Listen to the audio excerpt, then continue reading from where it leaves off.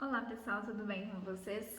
Na aula de hoje a gente vai falar sobre as estações elevatórias destinadas a promover o escoamento de um ponto de cota inferior para um ponto de cota superior de fluidos, do esgoto, do esgotamento sanitário.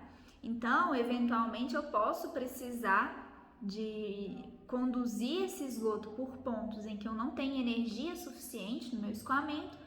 E aí eu vou precisar empregar estações elevatórias, instalações elevatórias, e elas têm algumas particularidades, porque como a gente viu, o esgoto é diferente da água bruta, da água tratada. Então a gente vai ver isso na aula de hoje. Vamos lá?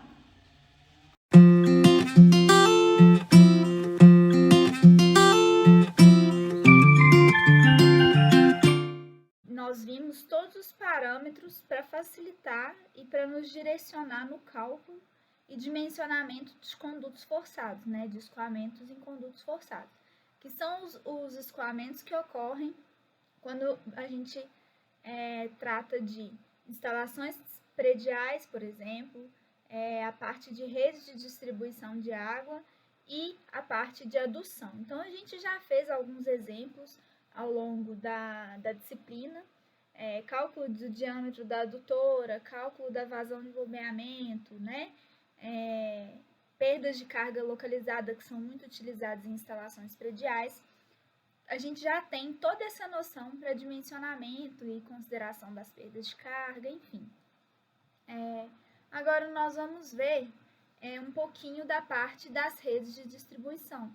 A gente estudou separadamente os condutos, as tubulações, a gente viu algumas associações de tubulações, como associação em série, associação em paralelo, mas as redes de distribuição, elas são um pouco mais complexas, porque elas são em si, a associação das tubulações de acessórios. Além disso, é formada uma associação de reservatórios, de bombas, enfim. Todos esses é um conjunto de todos esses itens que nós estudamos até agora separadamente, ou então a gente associou um e outro, mas não numa visão majoritária, quanto na realidade para a rede de distribuição. A finalidade de um sistema de abastecimento de água, a gente vai ver isso em saneamento, mas já adiantando para vocês, a finalidade de um sistema é levar a água ao consumidor final, mas essa água ela precisa ter uma qualidade adequada, uma pressão adequada, ela precisa ter vazão suficiente para atender a rede, o consumo da população. Então, são diversos critérios que eu tenho que me atentar. Bom, então aí um esqueminha de como é feito, como funciona o sistema de distribuição de água. O sistema de abastecimento, ele consta no seu início de um manancial ou um poço, vai ser a fonte de água. Essa água vai ser captada através da estação de captação e vai ser transportada para uma estação de tratamento. Essa água que foi retirada, vamos imaginar que seja de uma represa, ela ainda não está com os parâmetros de qualidade adequados ao consumo humano. Tá? Pode ser que o manancial tenha uma potabilidade alta, mas ela ainda precisa passar por um tratamento, nem que seja uma filtração simples, tá? Mas essa água ela vai passar por uma estação elevatória, no caso das condições do terreno não serem favoráveis a esse escoamento acontecer por gravidade, a gente vai ter aí uma estação elevatória e essa água vai ser levada até a estação de tratamento. Na estação de tratamento, ela vai sofrer alguns processos físicos e químicos que vão tender a potabilizar essa água e, em seguida, essa água vai ser transportada através das adutoras, que são tubulações destinadas a transportar a água entre as unidades de um sistema de abastecimento, tá? E essa água ela vai ficar reservada em uma unidade de reservação, que são os denominados reservatórios. tá? Então, e aí esse reservatório ele vai abastecer as redes de distribuição, que é o que a gente vai estudar na aula de hoje. As redes de distribuição, elas são a parte do sistema de abastecimento, né? Composta pelas tubulações que vai ter a função de conduzir a água para as edificações e para os pontos de consumo público, tá? É a parte do sistema de abastecimento que está mais próxima, né, do consumidor, então ela merece uma especial atenção, porque as outras partes do sistema, elas são de responsabilidade da concessionária e estão sempre sendo verificadas, né? Constantemente elas sofrem manutenção, verificação das suas condições de funcionamento. A rede de distribuição, por ela estar completamente disseminada nas áreas, né, das cidades, elas são de difícil interferência, de interveniência da concessionária. Então, podem haver aí perdas com relação à qualidade da água e perdas de água mesmo. Às vezes há vazamentos, há incrustações nas tubulações e precisa ser levado em consideração, tá? Só um adendo aí com relação às redes de distribuição. Essas outras partes aqui a gente vai ver na disciplina de saneamento. Na disciplina de hidráulica 1, como a gente está estudando condutos forçados, e a aplicação maior, né, de condutos forçados são os sistemas prediais e as redes de distribuição, tirando as adutoras, né?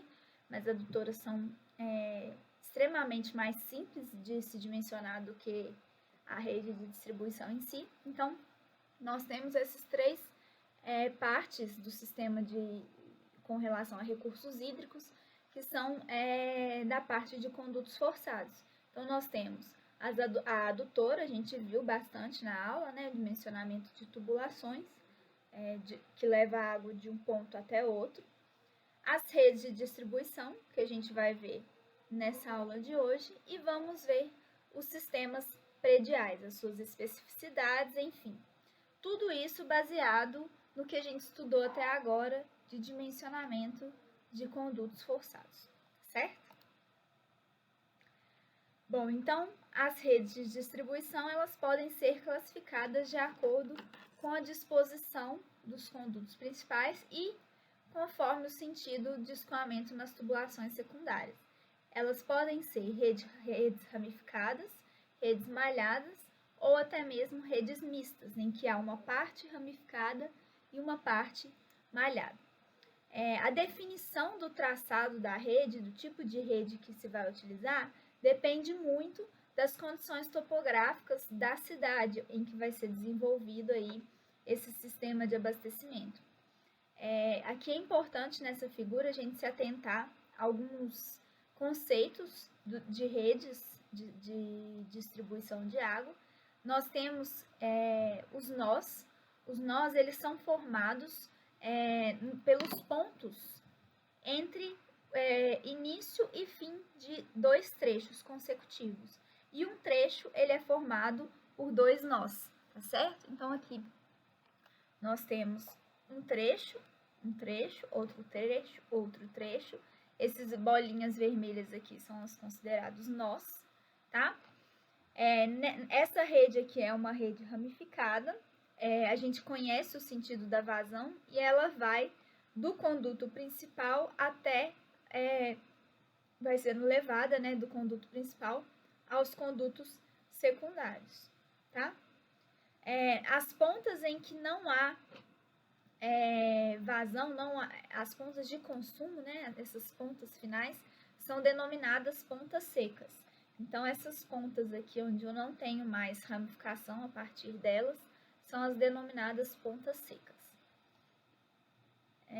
Nessas pontas, a vazão é igual a zero. Os condutos principais, eles têm um diâmetro maior do que os condutos secundários, e eles têm a finalidade de abastecer os condutos secundários, que esses, por sua vez, vão levar a água até o ramal predial e abastecer diretamente os pontos de consumo do sistema, tá bom? Então, aqui a gente tem um reservatório. A partir desse reservatório, nós temos um conduto principal, que ele pode ser considerado conduto tronco, tá? Também é uma outra denominação para o conduto principal. A partir desse conduto principal são feitas algumas ramificações que vão levar a água para os pontos de interesse, né? Que esses aí são denominados condutos secundários. Então, as redes ramificadas, um exemplo de rede ramificada foi essa que eu mostrei para vocês. As principais características são: o conduto principal, ele é alimentado diretamente pelo reservatório ou por uma bomba. O sentido da vazão em qualquer trecho da rede sempre vai ser, né, do conduto principal até os condutos secundários. Então, é sempre conhecido. No caso aqui, se eu tenho um reservatório, então, o sentido da vazão é sempre do conduto principal para o conduto secundário. Do conduto principal para o conduto secundário. Então, é sempre no sentido conhecido. Eu sempre conheço o sentido da vazão na rede ramificada.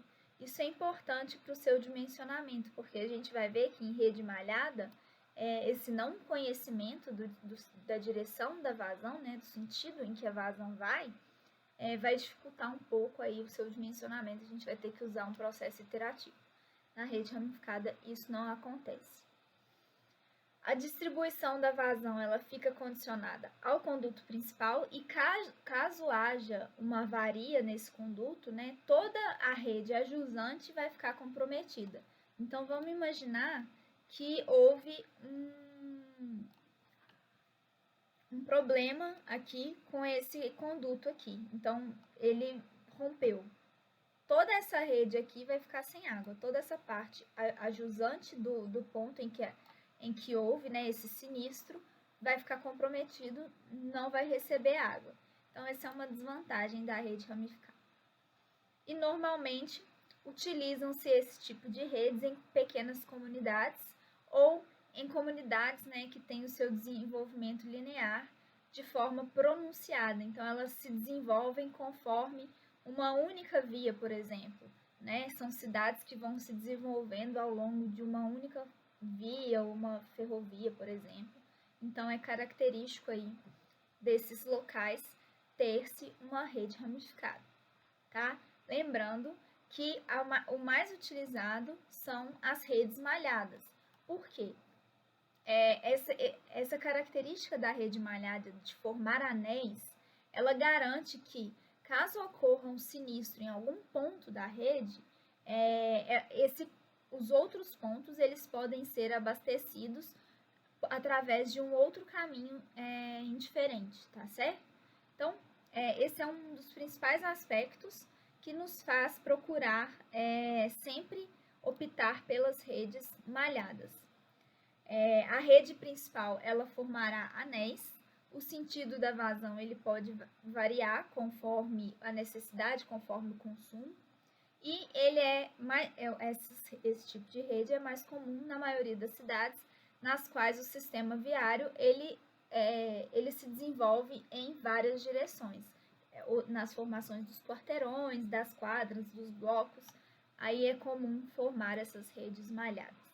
Então, aqui, um exemplo de rede malhada, o conduto principal, né, ele sai do reservatório e vai formando os anéis aqui, formando malhas e anéis fechados, tá?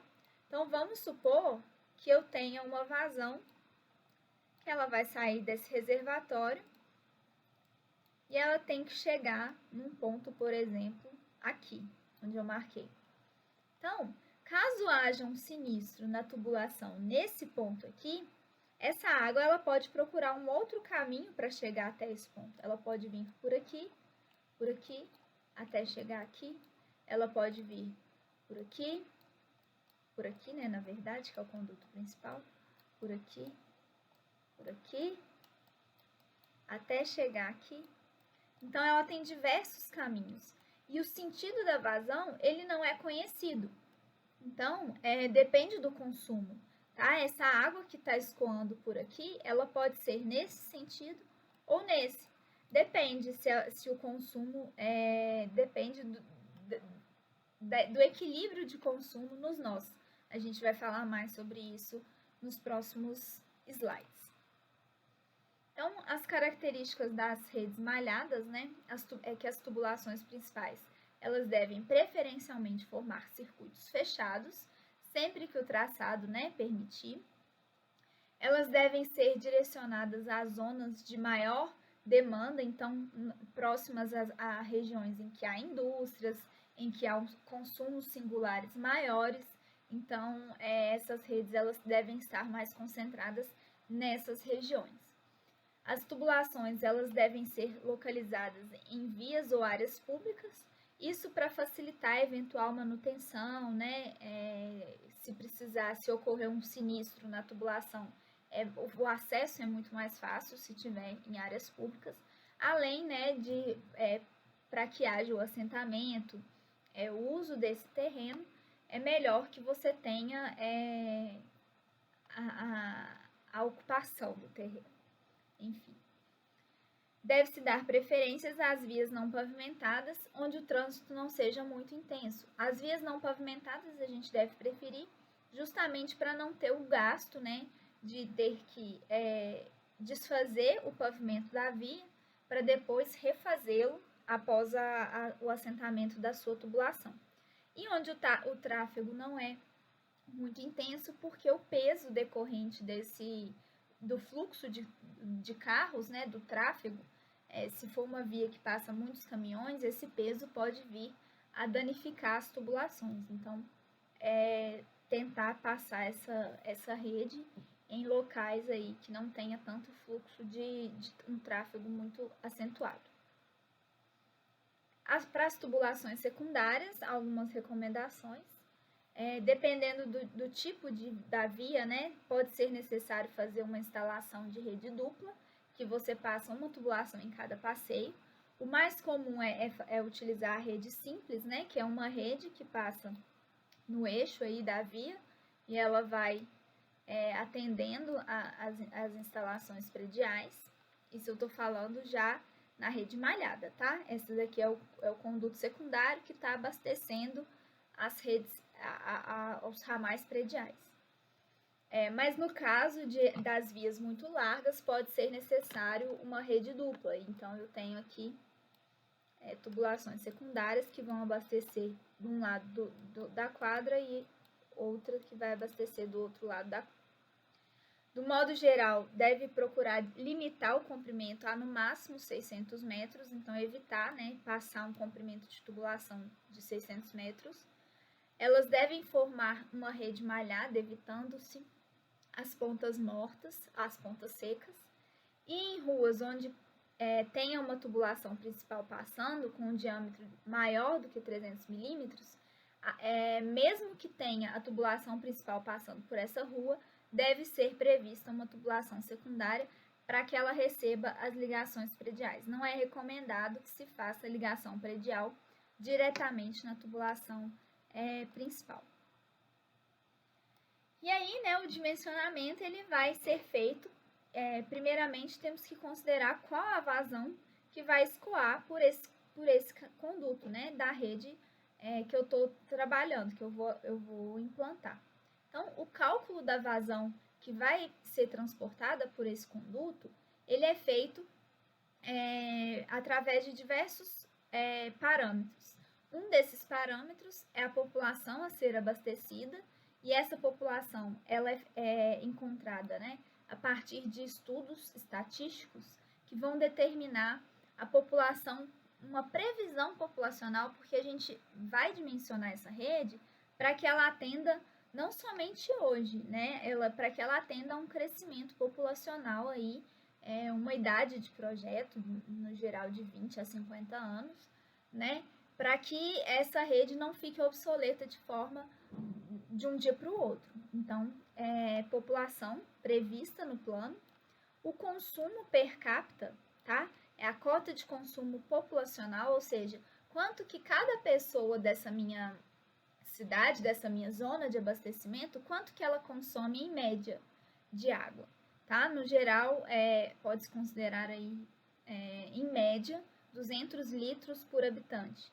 Se eu tenho, vamos supor, uma região a ser abastecida de 1.000 habitantes, eu tenho 200 mil litros, o volume de 200 mil litros, né, que eu tenho que transportar.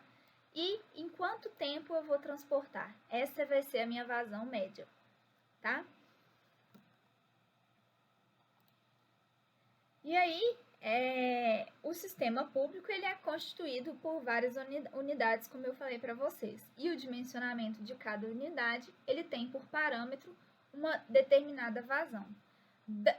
Do ponto de captação até o reservatório, a gente leva em consideração uma vazão de área máxima. Então, ou seja, é a vazão máxima que eu posso consumir no dia, tá? Em um ano, qual foi o dia de maior consumo? Aí a gente vai dimensionar essa rede para esse dia, tá? Para o dia de maior consumo. Já para a rede de distribuição, depois do ponto do reservatório, essa rede de distribuição, ela tem uma variação horária durante o dia.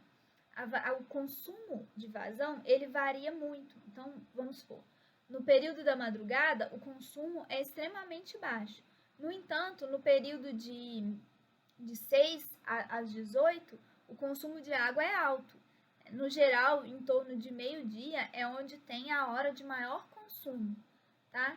Então, aí, o dimensionamento dos condutos da rede de distribuição, eles devem levar em consideração essa hora de maior consumo, né? Qual é a vazão que ocorre na hora de maior consumo? Qual que é essa vazão? Então, eu tenho que considerar essa vazão máxima do dia, né, de maior consumo e da hora de maior consumo para eu dimensionar a minha rede de distribuição.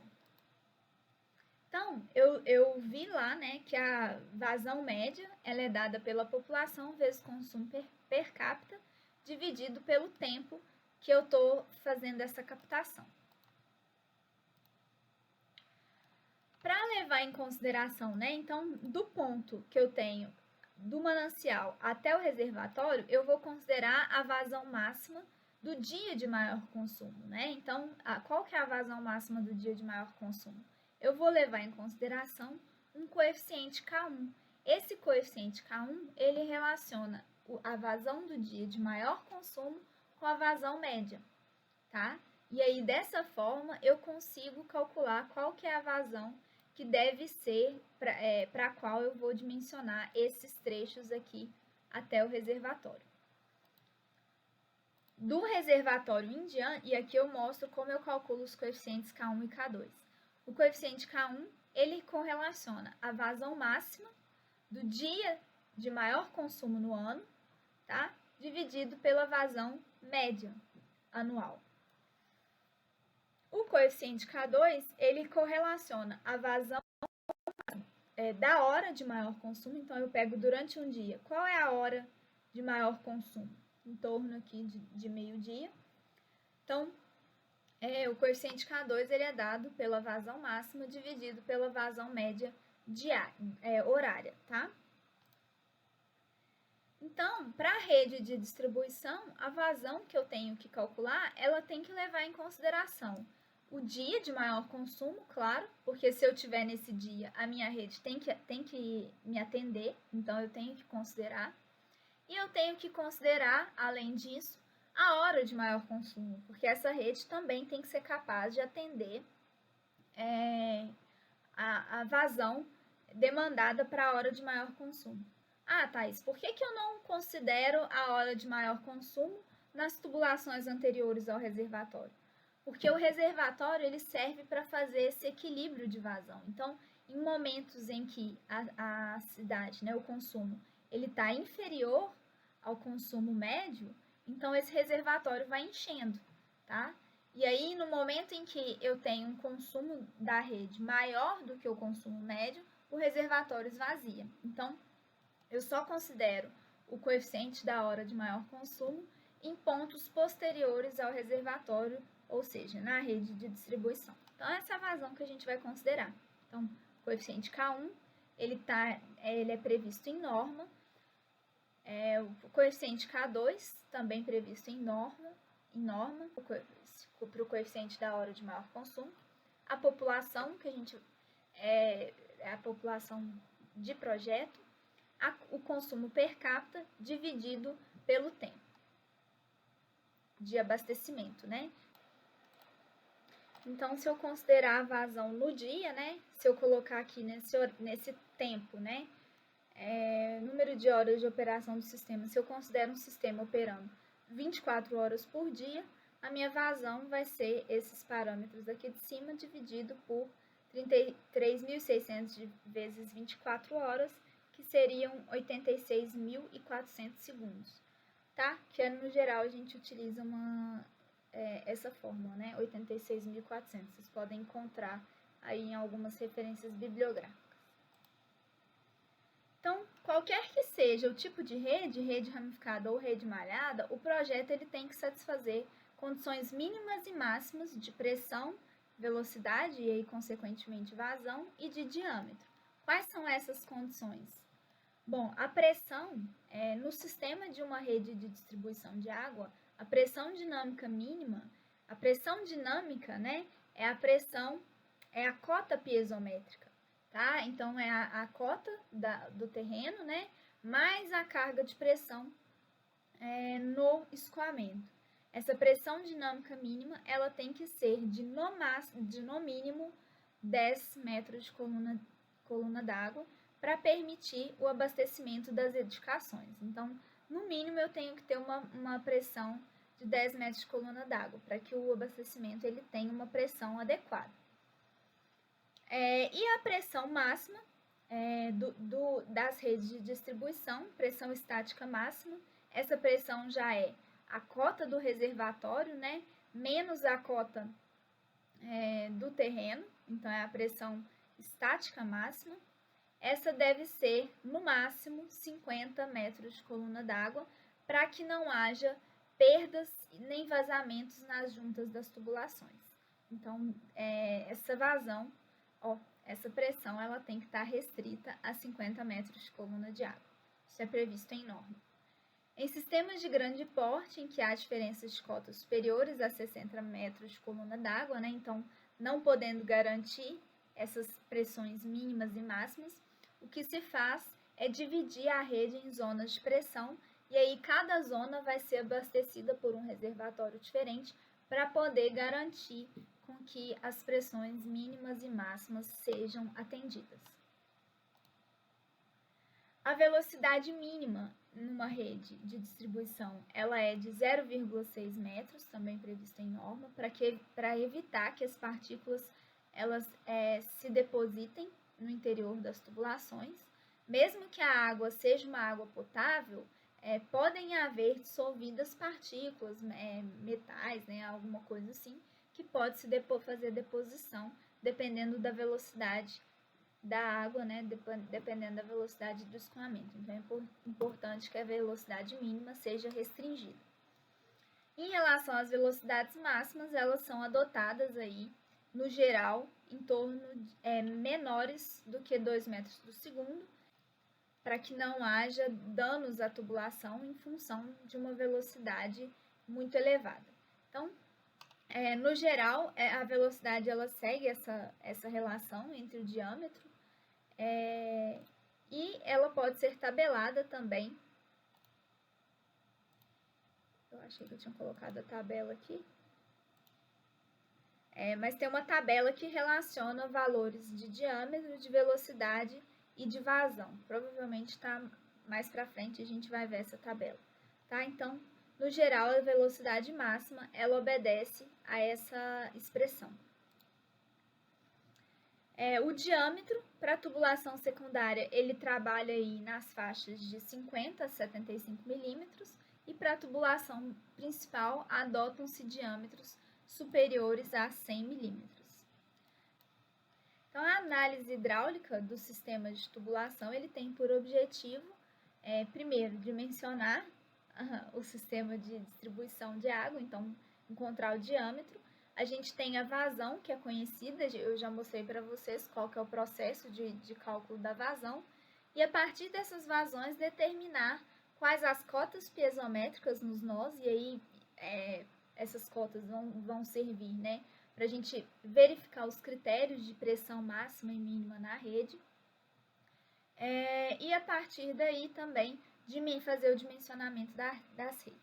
Normalmente, nas redes de distribuição, por elas serem redes de grandes comprimentos, né, são negligenciadas as perdas localizadas e também as cargas cinéticas. Então, no geral, é desprezado. A gente só considera as perdas devido à perda distribuída. Então, na análise hidráulica, utiliza-se basicamente para todas as malhas, seja rede ramificada ou seja rede malhada, a equação da continuidade e a equação da resistência. Assim, a gente consegue fazer o dimensionamento.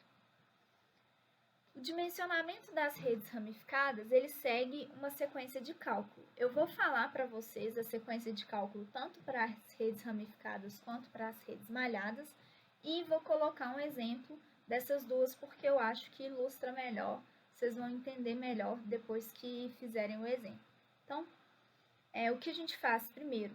A sequência de cálculo para a rede ramificada, que é aquela rede, né, que eu tenho as pontas secas, eu tenho o escoamento numa direção que eu conheço, ele vai do reservatório para o conduto principal e do conduto principal para os condutos secundários, tá? Então, a sequência de cálculo é determinar a vazão em cada trecho, dimensionar os trechos e verificar as pressões resultantes do meu dimensionamento. A partir da taxa de consumo linear, o que é essa taxa de consumo linear? Eu calculo a vazão máxima, que a vazão máxima ela leva em consideração o dia de maior consumo e a hora de maior consumo, tá? É a vazão média vezes os coeficientes K1 e K2. E a vazão média é a população vezes o consumo per capita dividido pelo tempo que está em funcionamento, né? A minha rede. Então, se eu vou dimensionar diária, é uma rede diária. Então, eu vou dividir por 86.400. Então, eu calculo a minha taxa de consumo linear. Partindo das pontas secas, e aí eu tenho uma rede, vamos supor, dessa forma aqui. Partindo das pontas secas e de jusante para montante, então eu pego primeiro o último ponto que eu posso obter na minha rede de distribuição. E eu considero a vazão de jusante dele igual a zero. Todos os pontos que são ponta seca, eu defino vazão de jusante igual a zero. A partir daí, eu vou calculando as vazões nos trechos, tá? Que são dadas pela vazão, pela taxa de consumo linear, vezes o comprimento de cada trecho. Então, se eu tenho a minha taxa de consumo linear, que ela é constante para toda a rede, e eu tenho o comprimento de cada trecho, eu posso obter aí a vazão demandada por trecho. E aí, a vazão de montante desse trecho vai ser a vazão de jusante mais a vazão que foi demandada ao longo do trecho, tá? Obtive as vazões de jusante, de montante e as vazões distribuídas, eu consigo, e aí eu tenho, né, que a vazão de montante de um trecho será de jusante do trecho seguinte. Por exemplo, para esse trecho aqui, a vazão de montante dele, que está nesse ponto, ela é a vazão de jusante do trecho aqui, né? Na verdade, ela é a vazão de montante desse trecho, mais a vazão de montante desse trecho, é a vazão de jusante desse trecho aqui, tá? Então, a gente vai fazendo isso, eu vou mostrar com mais detalhes no exemplo, mas espero que vocês estejam entendendo. A vazão de dimensionamento de cada trecho, eu vou chamar de vazão fictícia. A vazão fictícia, ela é se a vazão de jusante for diferente de zero, a vazão fictícia vai ser a vazão de montante mais a de jusante dividido por 2. Se for igual a zero, então a vazão fictícia é a vazão de montante dividido por raiz de 3. Em seguida, depois que eu definir as vazões, eu vou estabelecer os limites de velocidade para cada diâmetro e os limites de pressão para o funcionamento da rede. Então, os limites de velocidade vão funcionar, né, de acordo com aquela fórmula que eu mostrei para vocês. Vou admitir os diâmetros de cada trecho em função da vazão, tá? Então, eu tenho uma tabela que ela me dá um diâmetro para cada vazão.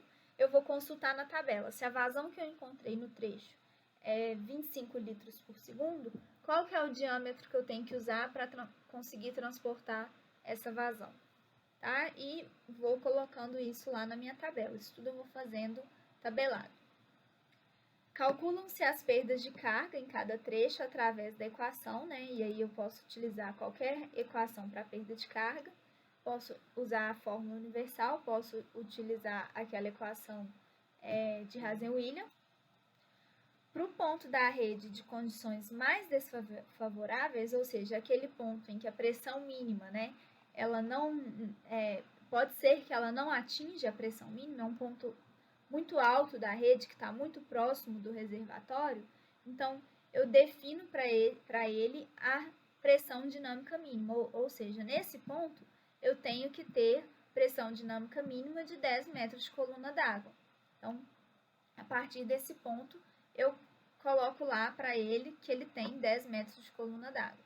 Ou então, né, se eu não estiver conseguindo atingir, né, se eu estiver superando a pressão estática máxima, eu vou restringir essa pressão a 50 metros de coluna d'água.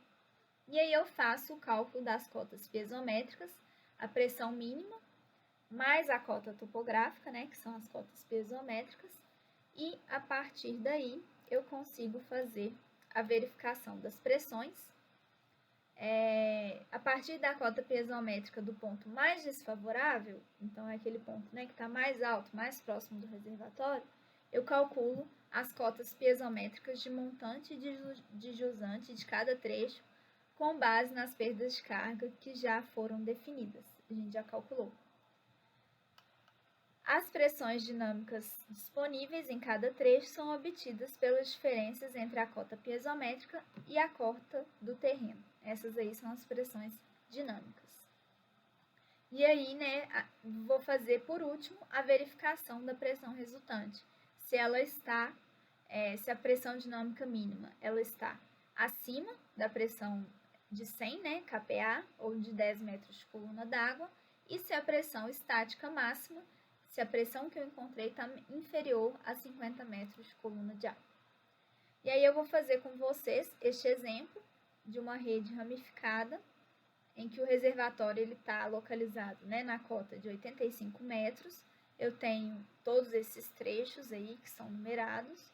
Vou começar a numerar meus trechos a partir do trecho mais distante do reservatório. Então, eu começo a numerar de jusante para montante, tá? Então, sempre essa numeração vai ser feita dessa forma. E a partir do desenvolvimento deste exemplo, eu cheguei nestes resultados, tá? E aí eu faço a verificação se a pressão dinâmica obtida em todos os trechos, ela está superior à mínima, né? E se a pressão estática em todos os trechos está inferior à máxima. E aí, lembrando aqui, esse aqui tem um pequeno adendo que a gente vai ver quando eu estiver fazendo o exemplo. As redes malhadas, elas são calculadas, podem ser calculadas de diversas formas. A gente vai ver aqui um método iterativo, que é o método de Hardy-Cross. Esse método, ele se caracteriza pela hipótese de abastecimento da área através de anéis, né? E as regras básicas são: o somatório de vazões em um nó qualquer é igual a zero, e a gente considera vazões positivas as vazões que chegam no nó e vazões negativas as vazões que saem desse nó. E o balanço de vazão tem que ser zero. Em um anel ou circuito, como você quiser chamar, o somatório das perdas de carga deve ser igual a zero, sendo positivas as perdas que a gente vai considerar no sentido horário e negativo as perdas no sentido contrário, ou seja, no sentido anti-horário. Os condutos secundários, eles são dimensionados pelos diâmetros mínimos estabelecidos.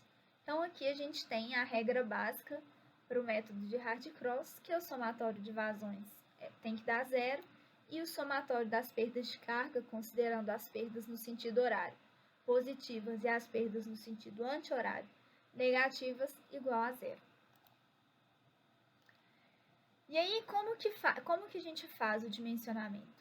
Partindo-se dos pontos de alimentação, né, os pontos que eu tenho que mandar pressão, então, partindo desses pontos, eu atribuo uma distribuição de vazão hipotética pelos anéis. Então, se eu tenho uma rede malhada, eu tenho um anel aqui, e eu tenho os pontos de consumo, né? Aqui eu tenho um consumo, aqui eu tenho outro consumo, aqui outro, e eu tenho uma vazão que sai do meu reservatório. Eu conheço essa vazão total aqui e conheço as vazões singulares consumidas em cada nó. E aí eu vou fazendo uma distribuição hipotética, eu vou chutar quanto que vem para cá e quanto que vem para cá. Lembrando que o somatório de vazões nesse nó tem que dar zero. Então, vamos supor que chega a 100. Vou desenhar aqui, que ele já virou bagunça. Vamos supor que eu tenho 100 litros por segundo chegando aqui, nesse nó, e eu retiro aqui para consumo 20 litros por segundo. Sobram 80 litros por segundo, certo? Eu posso mandar 40 para cá, 40 para cá, ou 30 para um lado, 30 para o outro, e eu vou fazendo esse balanço, eu vou chutando, de verdade, você vai chutando, até que você obtenha aí o balanço, né, de vazões igual a zero em todos os nós. Fez isso, para cada anel você vai calcular o somatório das perdas de carga em cada trecho. Se você encontrar que o somatório das perdas de carga é igual a zero, então a sua distribuição de vazões foi correta, você chutou certo. Se não, você faz novamente, você vai recalcular a vazão, né? E aí a vazão recalculada, ela é a vazão anterior mais um ΔQ. O ΔQ, ele é menos o somatório das perdas de carga por trecho, dividido por N, e aí esse N depende de qual é a fórmula que você está utilizando para fazer o dimensionamento. Se você estiver utilizando a fórmula universal, N é igual a 2. Se você estiver usando Hazen-Williams, N é igual a 1,85. Vezes o somatório das perdas de carga, e aí depende se você vai usar universal ou Hazen-Williams, dividido pela vazão.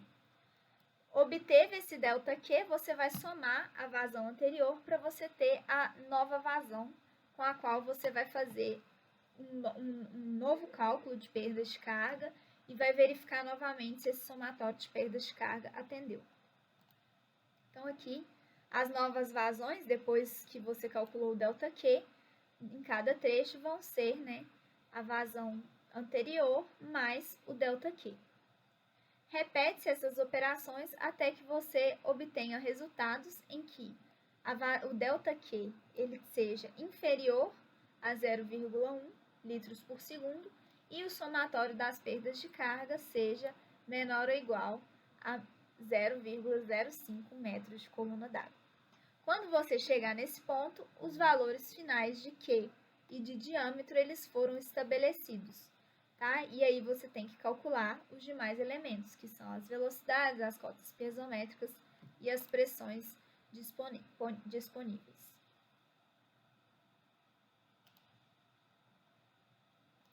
Bom, eu deixei aí um exemplo que a gente também vai resolver, eu fiz esse exemplo no Excel.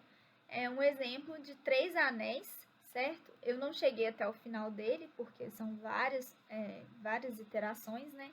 Mas só para vocês terem uma ideia de como que vocês vão proceder. Então, eu tenho uma vazão aqui que sai de um reservatório, né, a vazão de consumo da minha rede lá. E aí, o que eu faço? Eu tenho para cada ponto, né, de consumo um consumo específico. Então, no ponto 1, eu estou consumindo 63 litros por segundo, se não me engano, que eu não estou conseguindo enxergar. E aí, o que eu faço é fazer um chute. Então, se eu consumo 63 litros, eu vou chutar o que vem para o lado de cá e o que vem para o lado de cá. Sendo que eu tenho o critério de que o somatório de vazões nesse nó é 0. E vou fazendo isso, respectivamente, até eu obter todas as vazões em todos os trechos. Não indica que essas vazões vão estar sendo certas, elas não estão certas, é um chute inicial, mas a partir daqui eu vou começar o meu processo iterativo. Lembrando que no caso de uma rede malhada de apenas um anel, é tranquilo, eu faço o dimensionamento para o anel e ok. Mas quando eu tenho anéis, né, com trechos em comum, eu tenho que considerar que a nova vazão, né, ela tem que ter um ΔQ que vai levar em consideração o ΔQ do anel, dos dois anéis que esse trecho está compartilhando. Então, o ΔQ para o anel do meio, que é um anel compartilhado, né, que é um trecho compartilhado pelo anel 1 e pelo anel 2, se eu tiver no anel 1, se eu estiver analisando o anel 1, o ΔQ vai ser o ΔQ do anel 1 menos o ΔQ do anel 2. Se eu estiver analisando, fazendo o cálculo para o anel 2, o ΔQ do anel 2 vai ser o ΔQ do anel 2 menos o ΔQ do anel 1, tá? Isso vai ficar mais claro quando a gente fizer o exemplo. Aqui está o resultado, e como eu falei, eu não cheguei até o final. Aqui, o ΔQ, ele... deixa eu ver. A perda de carga, ela convergiu, né? Ela está menor do que 0,05. No entanto, para o anel 2, eu não obtive convergência ainda, eu teria que fazer uma nova iteração, tá? Mas eu não fiz porque o objetivo aqui é só mostrar para vocês como se faz o dimensionamento através do método de Hardy-Cross. Bom, a aula de hoje, o objetivo é mostrar quais são as redes de distribuição, os tipos de rede e como é feito o dimensionamento para cada um desses tipos. Agora a gente vai fazer 2 exemplos, um de rede ramificada e um de rede malhada. Gostaria que vocês tentassem fazer com as planilhas que vocês desenvolvessem para que vocês entendam realmente do que está se tratando, para que vocês errem, tenham dúvida e assim vocês consigam aprender, tá bom? Muito obrigada pela atenção e até a próxima aula.